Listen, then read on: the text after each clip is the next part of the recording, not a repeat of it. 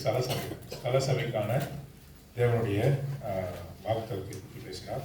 Local church he spoke about the promise of the local church. Church சர்வலோக சபைக்கு என்று கொடுக்கப்பட்ட வாக்குத்தத்தை நாம் பார்க்கலாம். முதலாவது வாக்குத்தத்தம் நம்ம எல்லாரும் சேர்ந்து வாசிக்கலாம். ஆகாய் சாப்டர் 2 verse 9.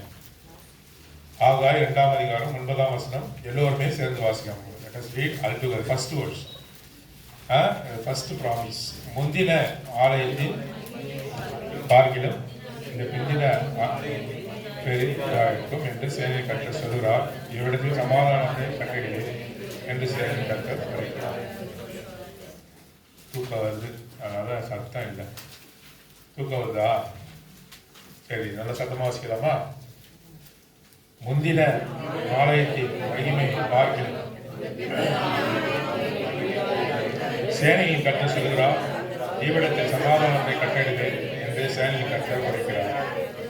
இப்போ என்ன பாருங்க, லுக் அட் மீ பாருங்க. இப்போ இதோடைய பேக்ரவுண்டு ஷார்ட்டாக நான் சொல்கிறேன். பேக்ரவுண்ட் பாருங்க. இந்த இஸ்ரவேல் ஜனங்கள் பாபிலோன் அடிமைத்தனத்தில் இருந்தாங்க. They were slaves in Babylon. They were delivered from Babylon. அப்போ அவங்க வரும்பொழுது முந்தின ஆலயம் என்று சொல்லும்போது எந்த ஆலயம்னாக்கா சாலமோன் கட்டின ஆலயம். The church, the tabernacle, the Solomon built. அதான் முந்தின ஆலயம், ஃபர்ஸ்ட் பில்டிங். இப்போ இந்த ஜனங்க பிடிக்கப்பட்டு they were captive. The temple of Solomon was destroyed. சாலமோனுடைய அந்த ஆலயமானது அழிக்கப்பட்டது. இப்போ அவங்க அங்கே போகிறாங்க, பாபிலோனில் இருக்காங்க. ஜனங்க திரும்பி வராங்க.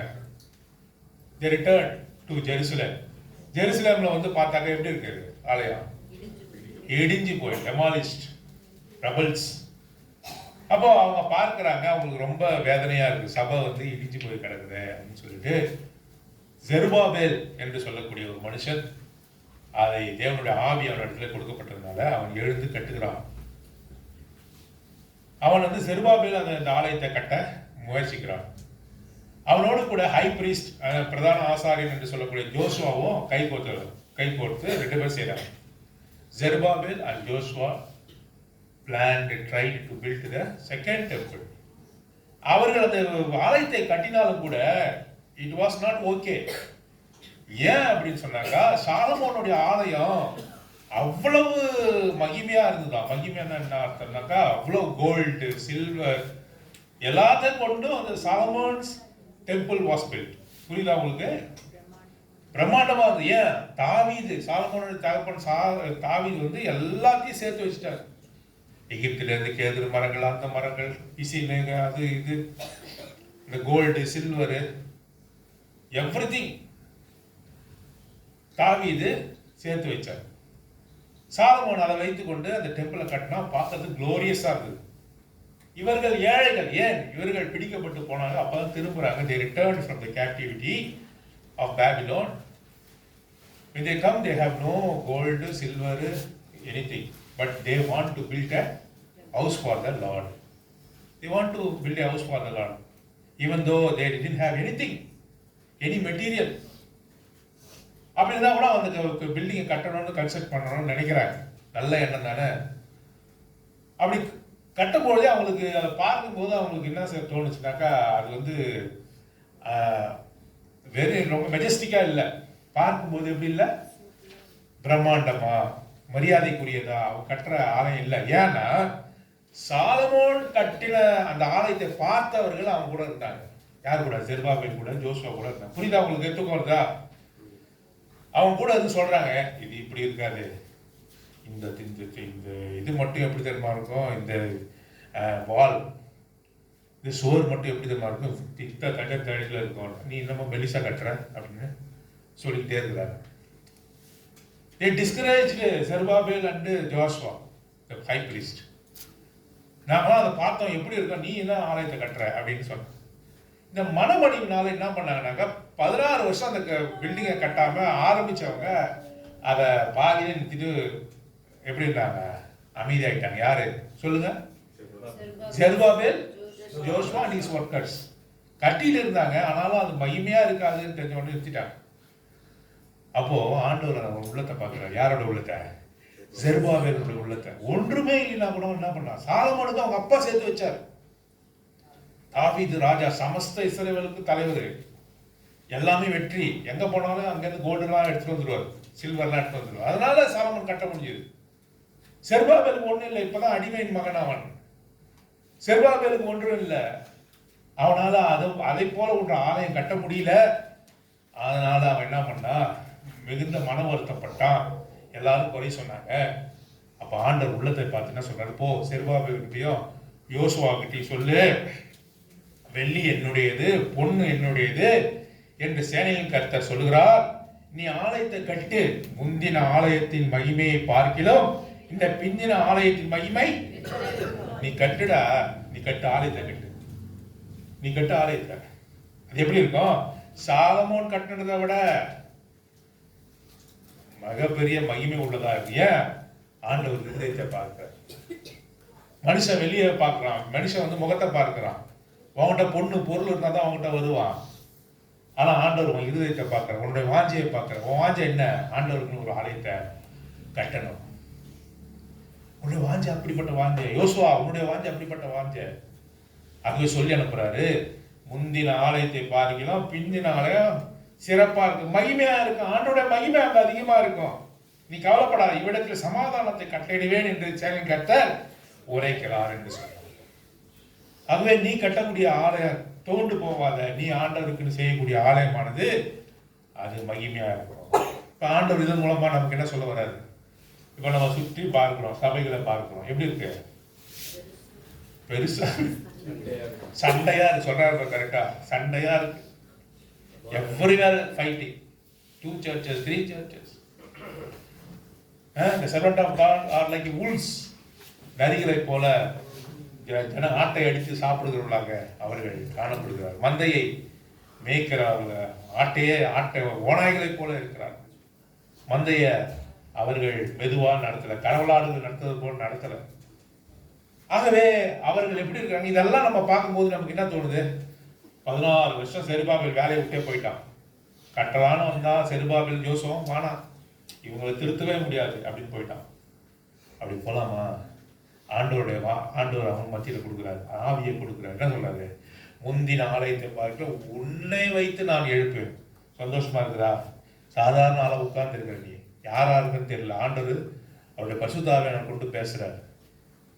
நீ யாரா இருக்கலாம், மற்றவர்களை போல பெரிய சாட்சி பட்டவனாக இருக்காமல் இருக்கலாம், இல்லாமல் இருக்கலாம். ஆனாலும் கூட செருபாபேலை கனப்படுத்தின தேவன் உன்னையும் கூட கனப்படுத்துவார். He will going to honor you.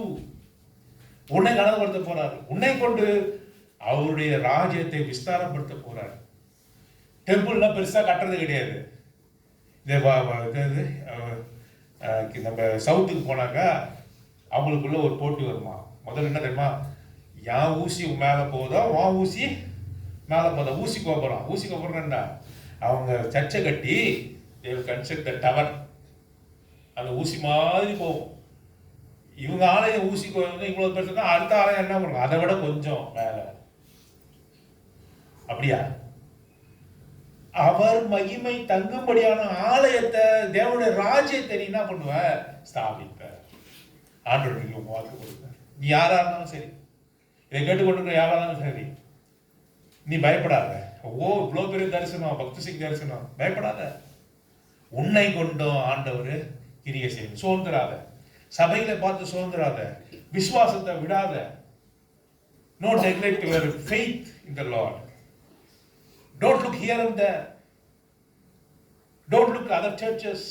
மற்ற சபைகளை பார்க்காத. சண்டை போட்டுருக்காங்க, எப்பதான் விடுவேன், அதுக்கு தேவையில்லை. உனக்கு கொடுத்த பணியை நீ செய்ய.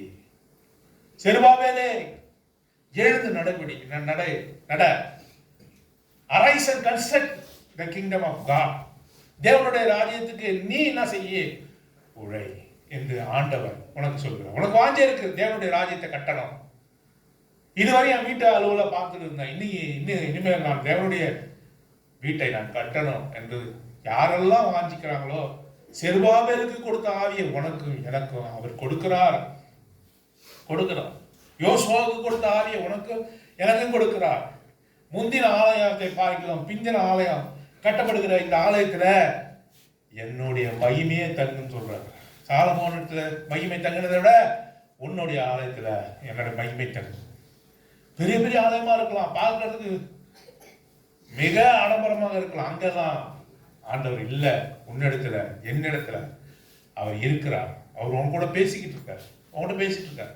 முதல்ல இந்த வசனம் சபையை குறித்து சொல்லுகிறது. முதல்ல இந்த வசனம் சபையை குறித்து, முந்தின ஆலயத்தின் மகிமை பார்க்கலாம், பிந்தின ஆலயத்தின் மகிமை பெரிதா இருக்கும் என்று சேனையில் கர்த்தர் சொல்வார். இவ்விடத்தில் சமாதானத்தை கட்டுறது. நீ ஆண்டோடைய ராஜ்யத்தை கட்டும்போது அந்த இடத்துல என்ன இருக்கும்?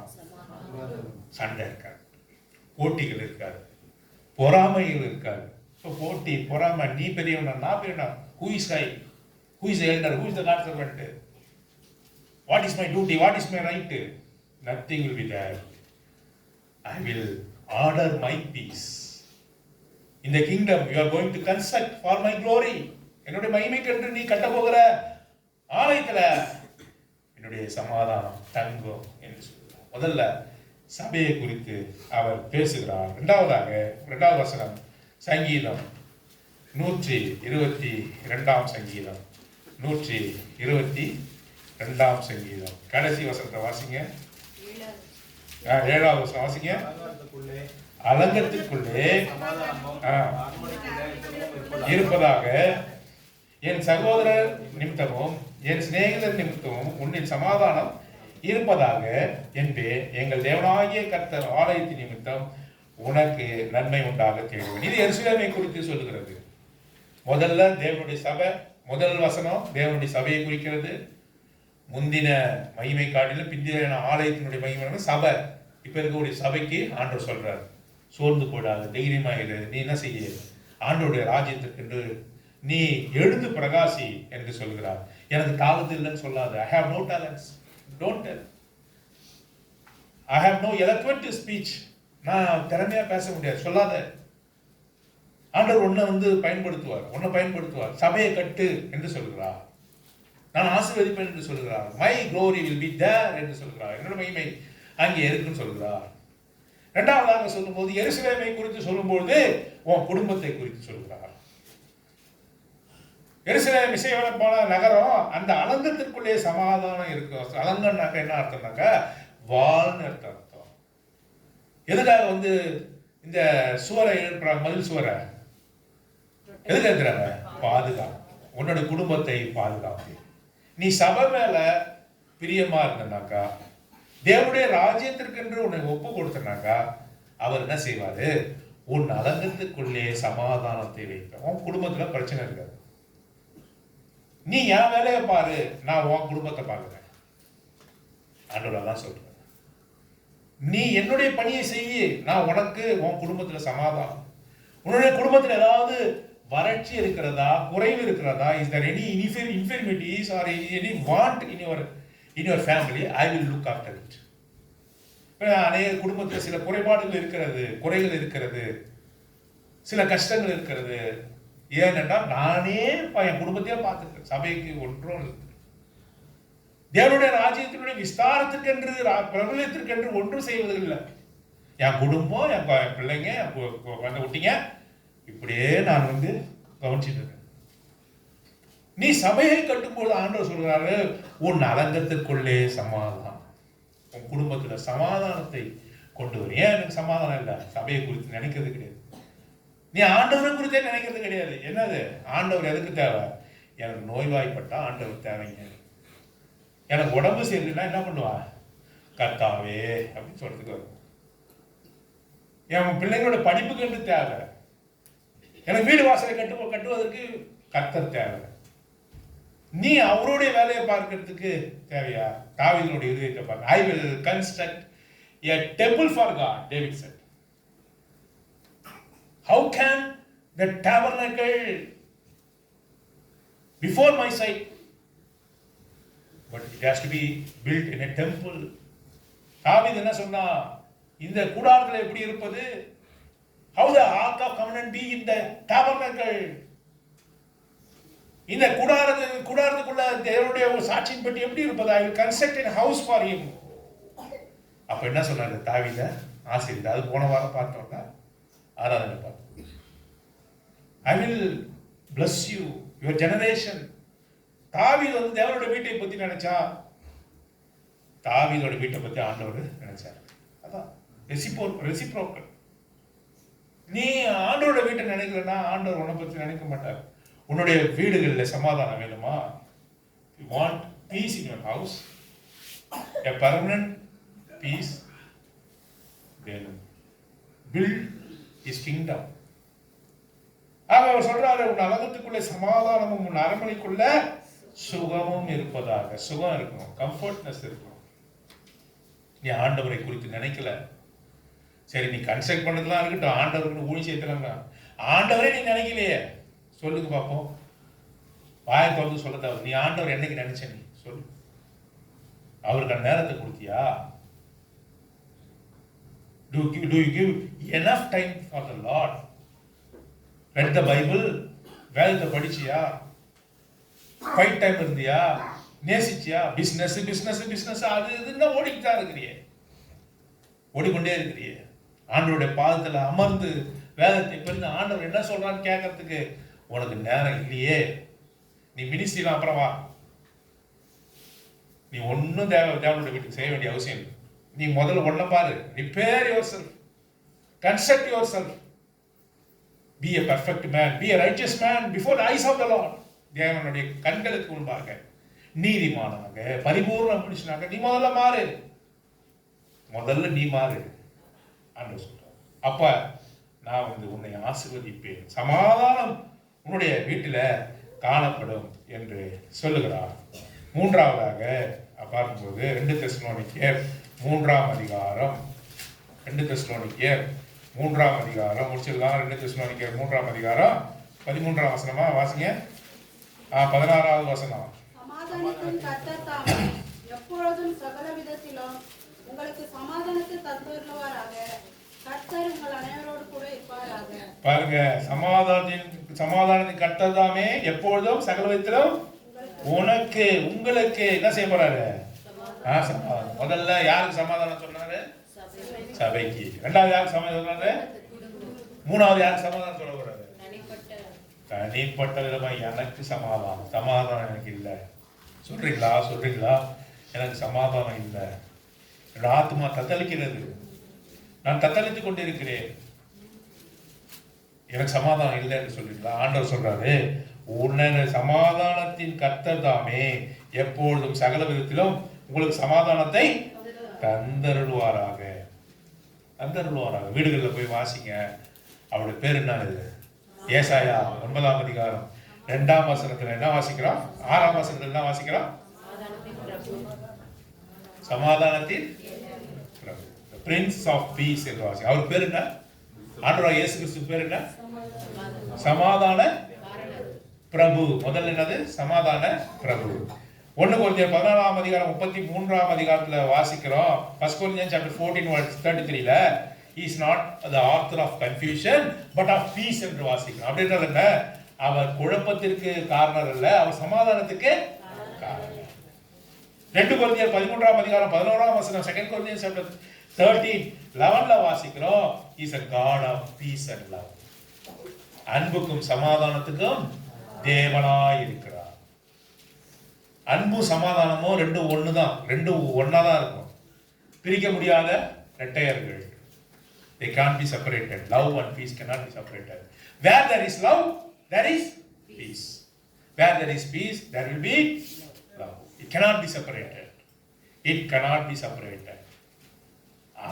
அவர் பேர் என்ன?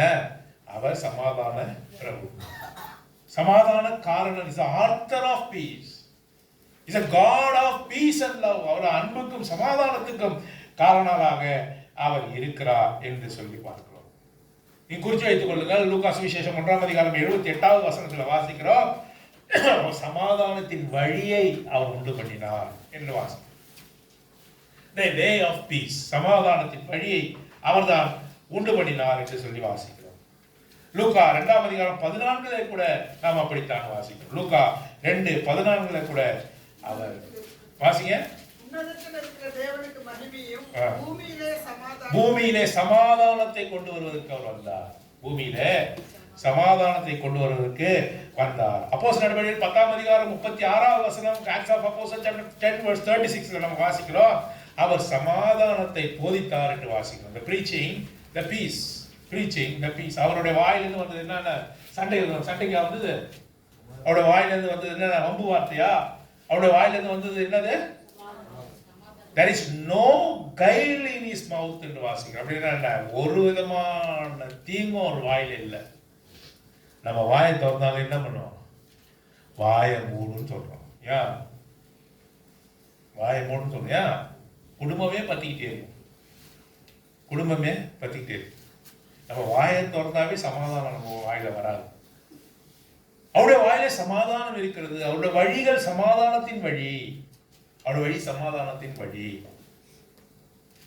ஆகவே அவர் சமாதானத்தை போதித்தார் என்று சொல்லி நம்ம அப்போஸ்தலர் நடவடிக்கைகள் 10ஆம் அதிகாரம் 36ல நம்ம வாசிக்கிறோம். பாருங்க, யோவான் சுவிசேஷம் 16ஆம் அதிகாரம் 33ஆம் வசனம். சீக்கிரம் வாசிக்க முடிச்சிடலாம். யோவான் சுவிசேஷம் 16ஆம் அதிகாரம் 33ஆம் வசனம். John gospel chapter 16 verse 33. என்னிடத்தில் உங்களுக்கு சமாதானம் உண்டாயிருக்கும் பொருட்டு இவைகளை உங்களுக்கு சொன்னேன். உலகத்தில் உங்களுக்கு உபத்திரவம் உண்டு. உலகத்தில் உபத்திரவங்கள், ஆனாலும் திடன் கொள்ளுங்கள். பாருங்க, இந்த சமாதானம் பிரதர், ஆண்டவர் எனக்கு சமாதானம் வச்சாக்க எனக்கு கூட இருக்கவங்க எல்லாரும் சமாதானமா இருக்கணும்னு அர்த்தமா? என்னது? ஆண்டவர் கொடுத்த சமாதானம் அது அசைக்கப்பட முடியாது. பவுலும் சீலாவும் சிறைச்சாலையில் இருந்த பொழுது அவர்களுக்கு என்ன பண்ணாங்க? அவங்க துதித்து பாடினாங்க. ஐயோ, கை காலுக்கு கட்டப்பட்டு இருக்கிறதே என்று சொல்லி அழுதாங்களா? எப்ப என்ன பண்ணாங்க? அவங்க துதித்தார்கள் என்று சொல்லி பார்க்கிறோம். ஏன்? அவர் மனதில் இருக்கிற சமாதானத்தை இந்த புற காரணிகள் என்ன பண்ண முடியாது, அஃபெக்ட் பண்ண முடியாது. யாராவது நம்ம ஏதாவது நம்ம பிள்ளைங்களே நம்ம குறித்து ஏதாவது சொல்லிட்டாக்கா சமாதானமே இல்லை, சமாதானம் இல்லாம போறோம். யாராவது ஏதாவது சொன்னாங்கன்னா அதையே நினைச்சுட்டு இருக்கிறது இல்ல. யாராவது நம்மை குறித்து ஏதாவது சொன்னாங்கனாக்கா அவன் நிம்மதியா போய் சொல்லிட்டு போய் வீட்டுல தூங்கிடுறான். அதை நினைச்சு நம்ம என்ன பண்றோம்? யார் சொன்னா, எதுக்கு சொன்னா, யாரு சொல்லி கொடுத்தா இத, எப்படி இந்த வார்த்தை வாயில வருது? இது மாதிரி வார்த்தை வராது, இந்த மாதிரி வார்த்தை சொல்லக்கூடியவள் அல்லவே. எத்தனை கேள்வி வருது பாருங்க, துணை கேள்வி. எத்தனை துணை கேள்வி வருது பாருங்க. எப்படி சொன்னா? ஐயோ, தூக்கமே இல்லையே. 4 பேர்ட்ட போன் அடிச்சு சொல்றது, நான் தூக்கமே இல்லைங்க, ரொம்ப பீஸா இருக்கு, இது பீஸா மைண்டே போயிடுச்சு.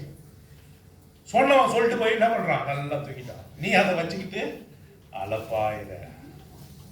அப்படின்னா தேவன் கொடுத்த சமாதானம் இல்ல. That peace is not given by the Lord. That the peace that the Lord gives cannot be altered, cannot be affected.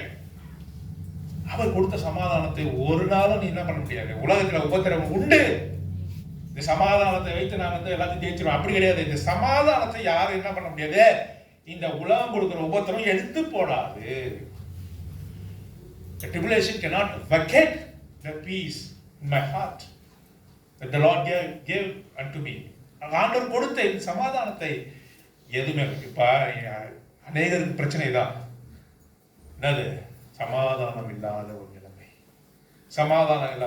மற்ற ஏதாவது சொன்னாங்க, மற்ற செய்யணும் விட்டுட்டு இந்த காதை வாங்கிட்டு இந்த காதை விட்டுட்டு போ. உன்னுடைய சமாதானத்தை யாரும் குறைச்சு போடக்கூடாது. நிம்மதியா போய் தூங்கு. ஆண்டவர்கிட்ட ஒப்பு கொடுத்துரு. ஆண்டவர் அங்க போய் கிரியை செய்வார்.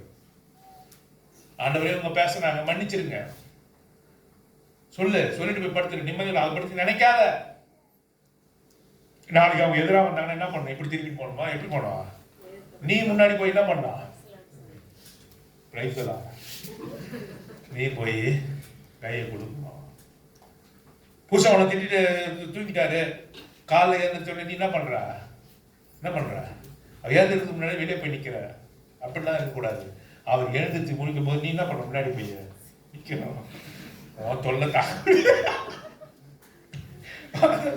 சொல்லக்கூடாது. பரவாயில்ல, I am peace with you, உன்னோட கூட நான் சமாதானமா இருக்கிறேன் சொல்ல முடியுமா? அதுதான் ஆண்டவருக்கு சமாதானம். சொல்லு. எப்படி உன் புருஷன் மாறுறான்னு பாரு. சமாதானத்தை பேச அவங்ககிட்ட. ஆண்டவர் உலகத்தில் பிரீச்சிங் த பீஸ் என்று சொன்னார். சமாதானத்தை பேசி கொண்டு வந்தார். இந்த உலக உபத்திரவங்கள் சமாதானத்தை ஒரு நாளும் கொலைச்சி போட முடியாது என்று நாம இங்க பார்க்கிறோம். ஆகவே சமாதானக்காரராக அவர் வந்தார் என்று சொல்லி நாம் பார்க்கிறோம். 2 வார்த்தை இருக்கு, நல்லா கவனிங்க. God of peace. God of பீஸ்னா சமாதானத்தின் கர்த்தர். சொல்லுங்க, காட் ஆஃப் பீஸ் என்ன? பீஸ் ஆஃப் காட் அப்படின்னு வார்த்தை அப்படி திருப்பி போட வேண்டாம். பீஸ் ஆஃப் காட் அப்படின்னு என்ன? சமாதானத்தை தரும் கர்த்தர். அவர் பேரு என்ன? காட் ஆஃப் பீஸ்னா சமாதானத்தின் கர்த்தர். அவர் பேரு என்ன? வண்டர்ஃபுல் கவுன்சிலர், இல்ல ஆலோசனை கர்த்தர், சமாதான பிரபு. அவர் பேரு என்ன? Peace of God of peace, சமாதானத்தின் கர்த்தர். அவர் கொடுக்கிற சமாதானத்துக்கு பேர் என்ன? Peace of God. ஆண்டவர் கொடுக்கிற சமாதானம் தான் மெய்யான சமாதானம். உலகம் பிரகாரமாக நான் கொடுப்பதில்லை. யோவான் சுவிசேஷம் 14 சொல்றாரு, the world gives a peace unto you. இந்த உலகம் வந்து ஒரு சமாதானத்தை கொடுக்கும். நான் அப்படிப்பட்ட சமாதானத்தை கொடுக்காது. நான் கொடுக்கிற சமாதானம் நித்தியமானது, நிச்சயமானது. அந்த சமாதானம் உன்னிலே தங்கி இருக்கும் என்று அவர் சொல்லுகிறார். பாருங்க, ஆவின் கனியில ஒண்ணு என்னது? ஆவின் கனியில ஒண்ணு சாந்த கனியா? இல்ல ஆவியின் கனியில நான் கூட சாந்த கனி சிஸ்டர் கொடுத்து யோசிச்சேன். எப்படி ஓ, சாந்தம் என்ற கனியை சேர்த்து சாந்த கனி அப்படின்னு வச்சுக்கிறாரு. அதுல ஒரு சாந்தம் வருதுல, சாந்தம் இச்சை அடக்கணும் வருதுல்ல. அவங்க அப்பா நல்லா ட்ரைன் பண்ணி வச்சிருக்காரு. சாந்தம் அது ஒரு கனின்னு சொல்றாரு. கலாத்தியர் 5 சாந்த கனி. ரொம்ப நாளுக்கு அப்புறம் யோசிச்சேன், சாந்த கனி என்ன சாந்த கனின்னு தெரியல. சாந்தம் வந்து ஒரு கனியா கொடுக்கப்பட்டிருக்கு. அப்போ இந்த கலாத்தியர் 5 நம்ம வாசிக்கும் போது அவர் கொடுக்கிற ஒரு கனி என்ன? என்னுடைய சமாதானம். பரத்திலிருந்து இறங்கி வருகிற ஞானத்தை குறித்து நம்ம யாக்கோபு நிருபம் 3ஆம் அதிகாரத்துல வாசிக்கிறோம். அதுல ஒண்ணு சமாதானம். பரத்திலிருந்து வருகிற சமாதானம், ஆண்டவர் உனக்கு கொடுத்த சமாதானம்.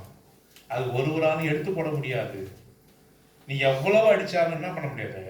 ஒன்னி சாது சுந்தர்சிங்க அவன அனிமலோட தோல்ல வந்து என்ன பண்ணாங்க, சுத்தி கிணத்துல போட்டாங்க. அனிமலோட தோல் என்ன செய்யும்? ட்ரையாவ இருவா. ஆனா அவருடைய சமாதானத்தை எடுத்து போடலையே. எப்பேற்பட்ட ஒரு சமாதானம் கொடுக்குறாரு. உன் குடும்ப வாழ்க்கைக்கு வச்சுக்கிட்டு நீ சமாதானம் இல்லைன்னு புலம்புற. எதுக்கு புலம்புற நீ? ஆண்டவர் சொல்றாரு, உன் குடும்பத்துல சமாதானம் கொடுக்குற. யார் உன சமாதானம் குலைச்சல் பண்ணாலும் அவங்க கிட்ட போய் பேசு. கையை கொடு. நீ எதிர்த்து பேசாத, அமைதியா இரு. அவரை போய் கையை கொடு. மாறுறானா இல்லையான்னு பாரு. சமாதானத்தை நான் கூற வந்தேன் என்று சொல்லி பார்ப்போம். அதிகமாக நேரம் ஆகிட்டதுனால நான் முடிக்கிறேன். பாருங்க, எபிரேயர் 12:14, 1 பேதுரு 3:10-11, ரோமர் 14:19 ஃபாலோ பீஸ். என்ன பண்ணணுமா நம்ம? இந்த சமாதானம் மட்டும் ஓடுதா? சொல்லுங்க. சமாதானம் உங்ககிட்ட இருக்குது இல்ல? அடிக்கடி என்ன பண்ணுது? ஒண்ணு விட்டு ஓடுது. நீ என்ன பண்ண? சமாதானத்தை தேடணுமா? ஃபாலோ, ஓடணும். ஒரு அமெரிக்காவுக்கு காடுகள் அதிகம். டெக்சாஸ் இருக்க பக்கத்தில் அரகான்சாஸ் காடுகள் அதிகம். அப்போ ஒரு கார்ல வந்து ஜிபிஎஸ்லாம் ஒர்க் ஆகாது இல்லையா? ஒருத்தர் காட்டு மத்தியில தொலைஞ்சிட்டான். நேரம் இருட்டுது. அப்ப என்ன பண்ணா? ஒரு கார் வந்து முன்னாடி தூரத்துல ஒரு கார் போனது பார்த்தான். சரி, அந்த காரு அவன் வந்து வேகமா போறான். அந்த கார்காரன் முன்னாடி போற கார்காரன் வேகமா போறான். இவர் நினைச்சாரு, அவனை பின்தொடர்ந்தா நம்ம போய் சேர்ந்துடலாம் அப்படின்னு சொன்னான். இவனும் அவனை தொடர்ந்து போயிட்டே இருக்கான். நேரம் இருட்டுது. அங்க சூரியன் அஸ்தமிக்குது. அங்க வேகமா போறான். இவரு பெரிய மெயின் ரோட்ல போய் அடைஞ்சிருவாரு. நம்ம அவர் பின்தொடர்ந்து போலாம் அப்படின்னு போறான். போனான்னு டக்குன்னு திரும்பி நின்றுட்டான் ஒரு இடத்துல. என்னடா திடீர்னு நின்றுட்டான். கிட்ட போய் பார்த்தாக்கா, don't follow me, follow Jesus போட்டுருக்கான். பின்னாடி ஸ்டிக்கர் விட்டுருக்கான். என்னது? Don't follow me, follow Jesus. உடனே போய் கேட்டான், ஏங்க இவ்வளவு வேகமா போனீங்களா? நான் என் வீட்டுக்கு போனாங்க. நான் என் வீடு இதுக்குள்ளதான் இருக்குது, இங்கதான் இருக்குது என் வீடு. நீங்க வந்து ஒழுங்கா வந்து ஆண்டவரை நீங்க பின்தொடர்ந்து போயிருக்கணும், ஆண்டவர்கிட்ட கேட்டிருக்கணும் அப்படின்னு சொன்னோம். Don't follow me, follow Jesus. இந்த சமாதானம் நம்ம விட்டு போகும்போது சமாதான குலைச்சல்கள் நிறைய வரும். சமாதானத்தை நம்ம விட்டு எடுத்து போட பிசாசானம் பயங்கரமா முயற்சி பண்ணுவான். அப்ப நம்ம என்ன செய்யணும்? Follow peace. இன்னொரு வார்த்தை ஆங்கிலத்துல போடப்பட்டிருக்கு, பர்சியூ த பீஸ். அப்படின்னா பின்தொடரணும், விடாப்பிடியா போகணும். நீ எவ்வளவு என்ன அடிச்சாலும் போனாலும் வந்தாலும் திட்டினாலும் போனாலும் நான் சமாதானத்தை பின்தொடர்வேன், சமாதானத்தை பின்தொடர்ந்து பிடிப்பேன் அப்படி சொல்றீங்க. அவர் சமாதானத்தின் காரணம், அன்பின் காரணம். நீ கூப்பிடுற தேவன் யாரு? வயிற்றுல இருக்கிற குடலை புடுங்கி மாலையா போடுற தெய்வம் கிடையாது. உன் கண்ணை நோண்டுற தெய்வம் கிடையாது. தேவன் யாரு? சமாதானத்தை சொல்ல வந்தார். வாயை திறந்த போது சமாதானத்தின் வார்த்தை இருந்தது. ஆகவே அந்த தெய்வத்தை நீ உண்மையாகவே நீ நேசிக்கிற, ரட்சிக்கிறா, இன்றைய உன் வாழ்க்கையை மாறணும். என்ன மாறணும்? நீ சமாதானத்தின் பிள்ளையாக மாறணும். சமாதானத்தின் பிள்ளையாக நீ மாறணும். சமாதானத்தின் உங்கள் உள்ளங்களில் ஆழக்கடவுது ஒரு வார்த்தையை வாசிக்கிறோம். Let the peace rule your heart. ஆளுகை செய்யட்டும். உன்னுடைய இது ஒரு இதா இருக்கக்கூடாது. உன்னுடைய இருதயத்தை என்ன செய்யணும்? ஆளுகை செய்யணும். சமாதானம் ஆளுகை செய்யணும். சமாதானத்திற்கு இடம் கொடுப்பியா? ஏனென்றால் அவர் பெயர் சமாதான பிரபு. அவர் பெயர் சமாதானத்துக்கும் அன்புக்கும் காரணர். அவர் சமாதானத்தை போதித்தார், சமாதானத்தின் வழியை காட்டினார், வையப்படும் போது பதில் வையாமல் இருந்தார். யாராவது திட்டினாலும் திரும்பிலாம் திட்டல, சமாதானத்தை போதிக்க வந்தார். நீ சமாதானமா இருக்கணும். உன்னுடைய இருதயம் கொதிப்பா இருக்கிறது, அப்படி இருக்கக்கூடாது. சமாதானத்தை, மற்ற எந்த காரியமும் சமாதானத்தை கெடுக்கக்கூடாது. எப்படி உன் பிள்ளைங்களே உன்னை வந்து எது செய்தாலும், பெற்றோர்கள் செய்தாலும், அந்த சமாதான குலைச்சலுக்கு எதுவாக சபையாக கூட நடந்தா கூட நீ உள்ளத்துல பெற்றிருக்கிற இந்த சமாதானத்தை ஒரு காலம் நீ விடக்கூடாது. முதல்ல சமாதானம் எங்க இருக்கணும்? சபை. ரெண்டாவது சமாதானம் எங்க இருக்கணும்? உன் குடும்பத்துல. எப்ப குடும்பத்துல இருக்கு சமாதானம்?